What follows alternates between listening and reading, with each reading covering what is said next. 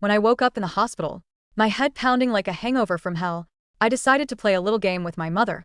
Excuse me, ma'am. But who the fuck am I? Diane didn't even flinch. She looked me dead in the eye and said, "You're the poor charity case. I sponsor a student from the trailer parks." I froze. My heart sank into my stomach like a stone. But then I thought, fuck it. This is actually better. This year marks the 10th year. Diane has been obsessed with her adopted daughter, my sister. I'm done crying over it. I'm done begging for scraps of affection. From that day on, I stopped calling her mom. When I saw her slaving over the stove at 2 a.m., making some expensive, organic collagen brew for my sister to keep her skin glowing, I just offered a cold, detached smile. When my sister flushed our only family portrait down the toilet, because she didn't like how her nose looked, I clapped my hands and cheered. Good riddance, trash. But the funnier part, the happier I got, the quieter Diane became. Eventually, she started to panic. The guilt was eating her alive. "Scarlett, honey," she asked one night, her voice trembling, "when do you think your memory will come back?" I cheerfully zipped up my travel bag, tossing in a pack of cigarettes. Don't hold your breath, ma'am. It's never coming back. The day I got discharged, the house was empty. No balloons. No welcome home banner. We were all too busy throwing a birthday bash for my sister, the girl who shares zero DNA with them, but gets 100% of the love. I stood at the front door, leaning on my crutches, staring coldly at Tiffany. She was wearing a sheer gold dress that cost more than a Honda Civic, handing out slices of cake. The fabric clung to her curves, the slit riding high up her thigh. She moved like she owned the place, like a damn angel sent to earth.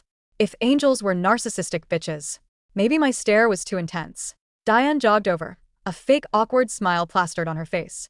"Scarlett, you're back." She laughed nervously. "God, I've been running around like a headless chicken for Tiffany's party. I totally spaced on your discharge date. If you want to be pissed, blame me, not Tiff." She. I squeezed my wrist tight, her nails digging into my skin. She was terrified I was going to cause a scene. It's hilarious. I'm the blood daughter. I came out of her womb, yet she always acts like I'm the intruder, the parasite. In the old days, I would have flipped out. I would have screamed, thrown a vase, demanded to know why I'm always the outcast in my own home. But now I have amnesia. I'm playing a role. I pointed to my bandaged left foot, flashing a bright, innocent grin. Mom, relax. It's just a soft tissue injury. I didn't need a chauffeur. I'm just going to crash in my room. I won't disturb the princess. The word ma'am hit her like a slap in the face. Diane's eyes went rigid. She whispered, "Charlotte, you still don't remember. Did the doctors say when you'll be normal again?" Her eyes were drilling into me, begging for a no.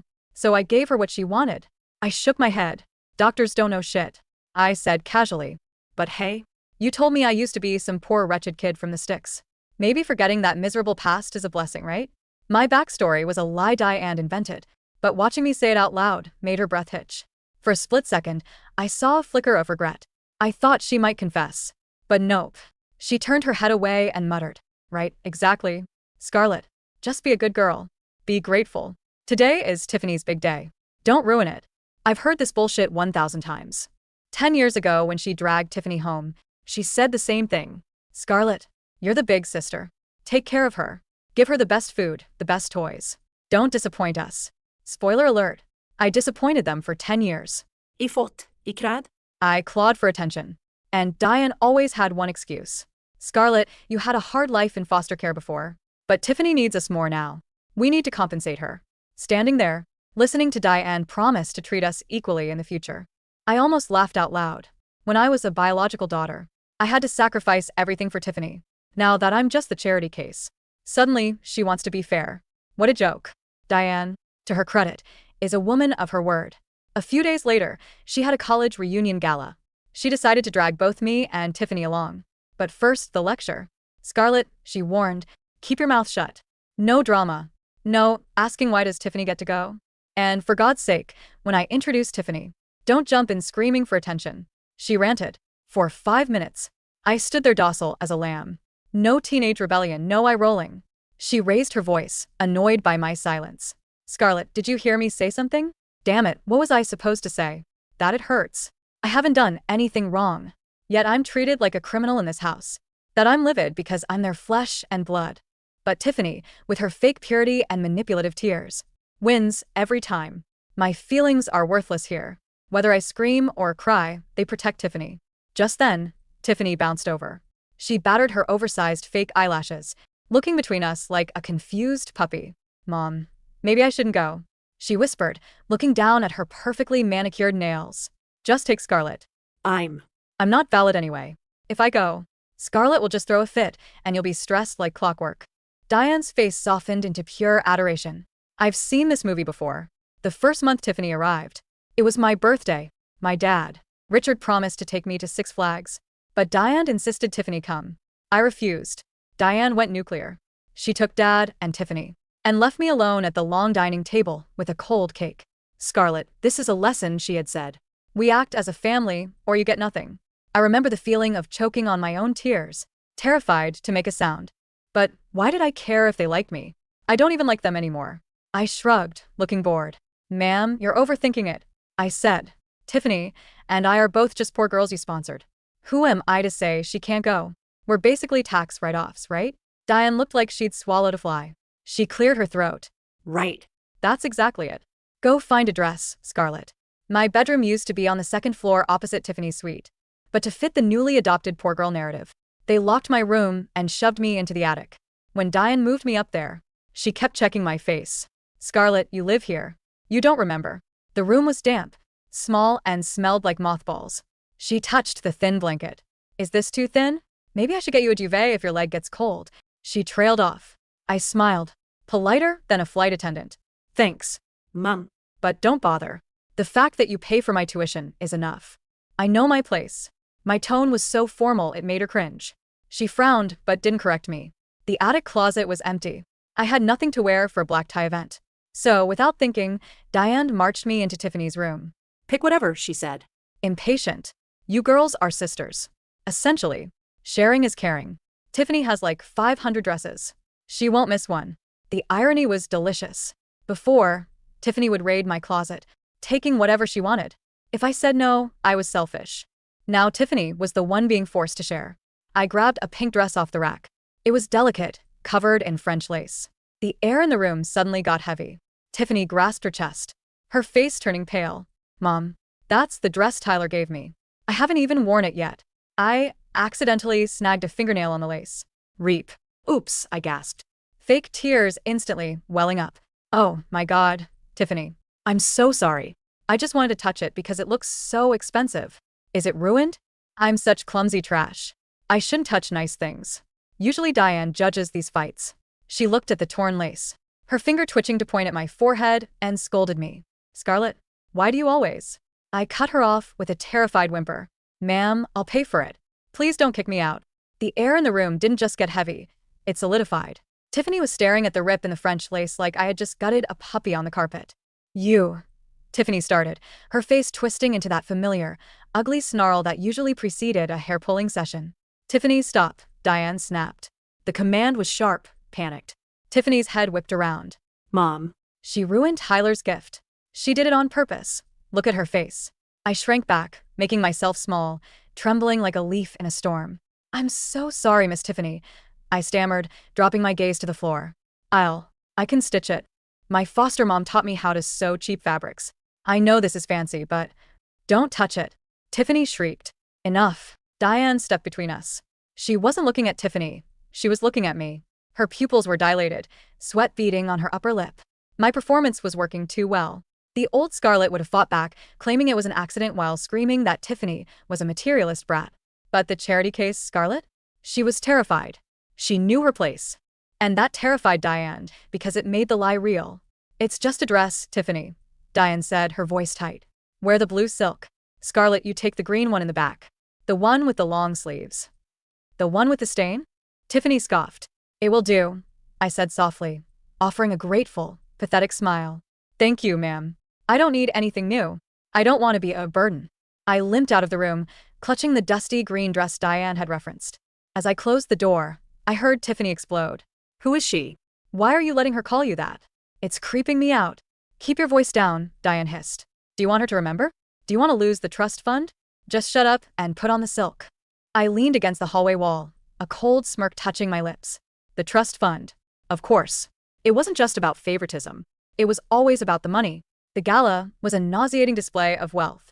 Crystal chandeliers, Waiters offering champagne I wasn't allowed to drink, and the smell of expensive perfume masking the scent of desperation. I wore the green dress. I hadn't bothered to cover the small wine stain on the hem. I wore no makeup, my hair pulled back in a severe, servant-like bun. I limped behind Diane and Tiffany, 3 paces back, head down. Tiffany was working the room, clinging to the arm of Tyler. Tyler.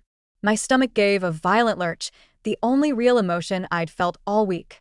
Tyler, with his messy brown hair and those eyes that used to look at me like I was the only person in the world. We had dated for 2 years in secret because Diane didn't approve. Then, 3 months ago, Tiffany decided she wanted him. She engineered a breakup, spreading rumors that I was cheating. Diane backed her up. Tyler believed them. Now he was adjusting his tie, looking miserable as Tiffany chirped in his ear. Diane stopped to greet a group of wealthy donors. "And this is my daughter, Tiffany," she beamed. "And the other one?" a woman asked, peering at me over her champagne flute. Diane stiffened. "Oh, that's Scarlett. We sponsor her. She's had a rough go of it, so we're integrating her into society." "How noble," the woman drawled. Tyler turned. His eyes landed on me. He froze. He hadn't seen me since the accident. He took a step forward, shaking off Tiffany's hand. "Scarlett?" he said, his voice rough. "I heard you were in the hospital. I tried to call, but your mom blocked my number." I looked up, locking eyes with him. I kept my face completely blank. Nochet. No love. Nothing. "Hello, sir," I said politely. Tyler blinked, stunned. "Sir?" "Scar, it's me, Tyler." I tilted my head, feigning confusion. I looked at Diane. Mang? "Is this one of the donors? Should I get him a drink?" Diane looked like she was about to vomit. Tiffany let out a sharp, nervous laugh. "Oh, Ty, I forgot to tell you. The accident, her brain is all mush. She doesn't know who anyone is. She thinks she's our maid or something. It's tragic." Tyler looked horrified. He stepped closer, invading my personal space. "You don't remember me?" Us. I took a respectful step back, favoring my injured leg. "I'm afraid not, sir. But Miss Tiffany has wonderful taste. You make a very handsome couple." The color drained from Tyler's face. It was the ultimate revenge. If I had screamed at him for believing Tiffany's lies, he could have defended himself. He could have called me crazy. But erasing him, treating him like a stranger while validating the girl who stole him, it destroyed him. I have to go," Tyler stammered, backing away. He didn't look at Tiffany. He just walked out of the ballroom. Tiffany dug her nails into my arm the second he was gone. "You did that on purpose," she hissed. "I'm sorry, miss," I whispered, eyes wide. "Did I offend the gentleman?" Diane grabbed Tiffany's shoulder. "Stop it. People are watching." "She's playing us, Mom." "I know she is. She has amnesia, Tiffany," Diane whispered harshly. "Look at her. She's wearing a stained dress and calling you Mississippi. She's broken. Take the win and shut up." I stared at the floor, counting the scuff marks, hiding the triumph in my eyes. Over the next month, I became the perfect ghost. I cleaned the house, even though we had a housekeeper. I woke up at 5 a.m. to make breakfast, laying out organic fruit and collagen tea for Tiffany. When Richard, my father, came down for his coffee, I would stand by the table, hands clasped behind my back, waiting to clear his saucer. Richard was a weak man. He loved me, in his own spineless way, but he loved his lifestyle more. Diane held the purse strings, so Richard held his tongue. But my behavior was wearing him down. "Scarlett, honey," he said one Tuesday morning, putting down his paper. "You don't have to stand there. Sit down. Eat with us." "Oh, I couldn't, sir," I said lightly. "Diane, Mrs. Harrington, said the budget is tight this month. I'll just eat the crusts from the toast preparation. Waste not, want not." Richard choked on his coffee. "The what?" "The crusts, sir. They're perfectly good carbohydrates." He looked at Diane. "Diane? What the hell is she talking about?" Diane was aggressively buttering a scone. "She's confused, Richard. I never told her to eat crusts. She's internalizing her past poverty trauma." I remember the trailer park. I lied smoothly, my voice taking on a distant, haunted quality. "We used to fight the rats for the bread heels. I'm just so grateful to have a floor that doesn't rot." I saw Richard's hand tremble. He looked at me, his biological daughter, the girl he used to carry on his shoulders, acting like a Dickensian orphan in his multi-million-dollar kitchen. "I'm going to work," he said abruptly, standing up. He left his breakfast untouched. "Daddy, wait. I need credit card authorization." Tiffany yelled, but the door slammed shut. That night, I heard them arguing in the master bedroom. "It's unnatural, Diane. She calls me sir. She looks at me like I'm going to hit her. She's brain damaged, Richard. What do you want me to do?" "I want my daughter back. Maybe we should tell her. Tell her who she really is." "We can't." The doctor said shock could cause a permanent psychotic break. And, besides, if she remembers everything. Do you want her to remember how we let Tiffany take her room? How we missed her graduation for Tiffany's nose job? She'll hate us. I lay in my attic bed, staring at the exposed insulation, smiling into the dark. I already hate you, I thought. And I'm not going to let you off the hook that easily. Tiffany was not a smart girl. She was instinctual, like a predator, but she lacked strategy. She knew I was a threat, not because I was fighting, but because I was winning the sympathy vote. She decided to frame me. It was a Tuesday.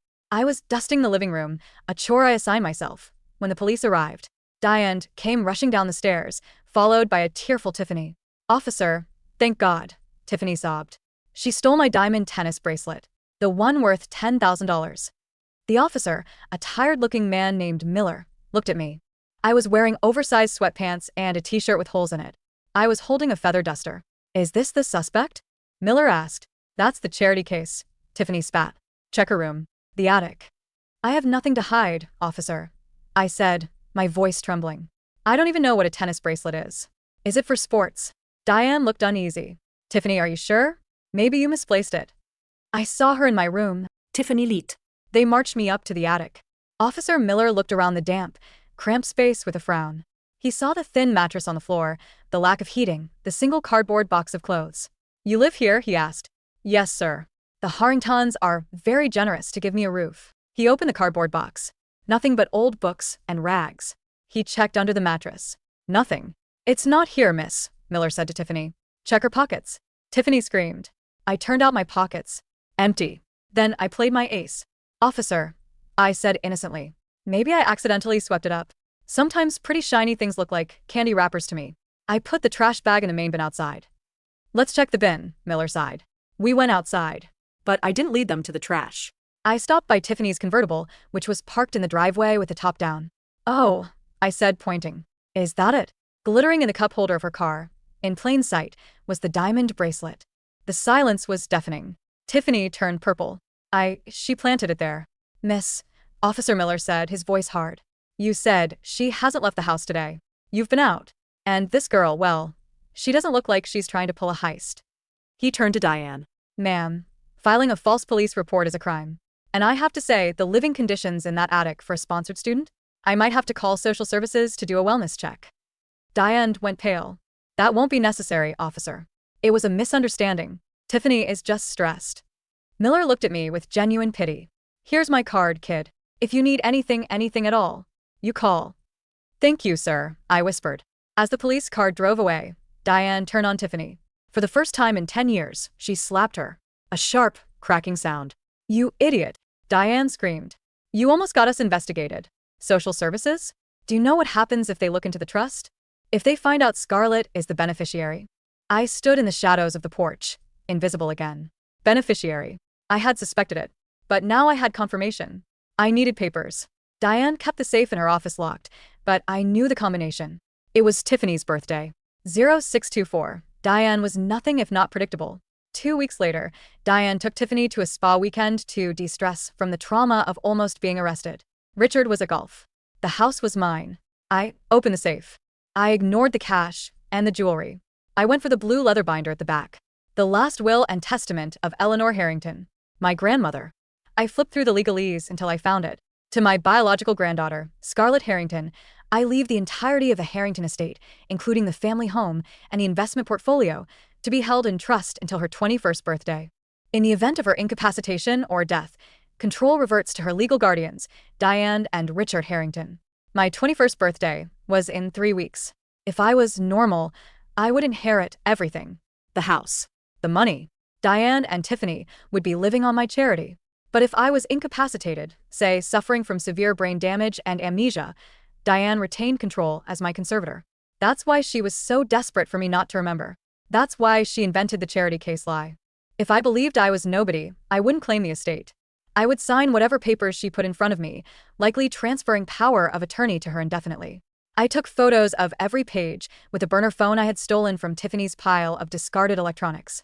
Then I put everything back exactly as it was. I sat in the leather chair, looking at the family portrait on the desk. It was just the three of them. Diane, Richard, Tiffany. I had been cropped out. "Happy birthday to me," I whispered. Diane decided to throw a joint birthday party. Tiffany was turning 20. I was turning 21. Of course, it was framed as Tiffany's party. I was just the +1 charity case who happened to be born in the same month. We need you to sign some papers before the party, Scarlett, Diane said casually the morning of the event. She placed a stack of documents on the kitchen table. Just standard forms for your continued sponsorship. So, we can keep paying your medical bills. I looked at the papers. Power of attorney. Waiver of estate rights. I don't read so good since the accident, ma'am, I said. But if you say sign, I sign. Diane's eyes lit up. She handed me a pen. Yes, honey. Just sign right there. I lowered the pen to the paper. The tip touched the line. Diane held her breath.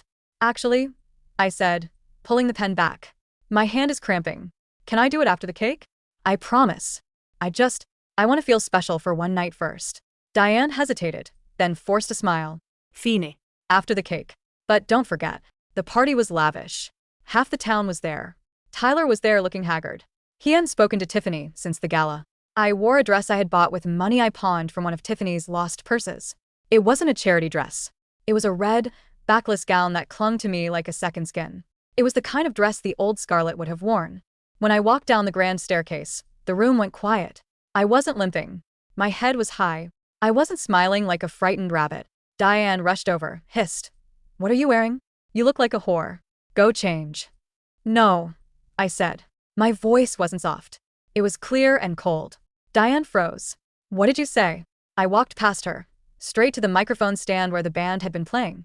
I tapped the mic feedback squeal. Excuse me, everyone, I said. The room fell silent.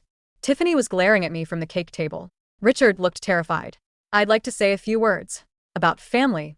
Diane started moving toward me. Scarlett, get down. My name, I said into the mic, staring Diane dead in the eyes, is Scarlett Harrington. I am not a charity case. I am not a student from the trailer park. I am the daughter of this house. Gasps rippled through the crowd. For the last 2 months, I have watched my mother and sister treat me like a dog. I have watched them lie to you. I have watched them try to steal my inheritance. She's having an episode. Diane screamed, lunging for the mic. Grab her. She's crazy. I sidestepped her. I pulled out the burner phone and held it up to the microphone. I pressed play on a recording I had made that morning, hidden in the kitchen. Diane's voice boomed over the speakers. Just get her to sign the damn papers, Richard. Once she signs away the trust, we can dump her in a state facility.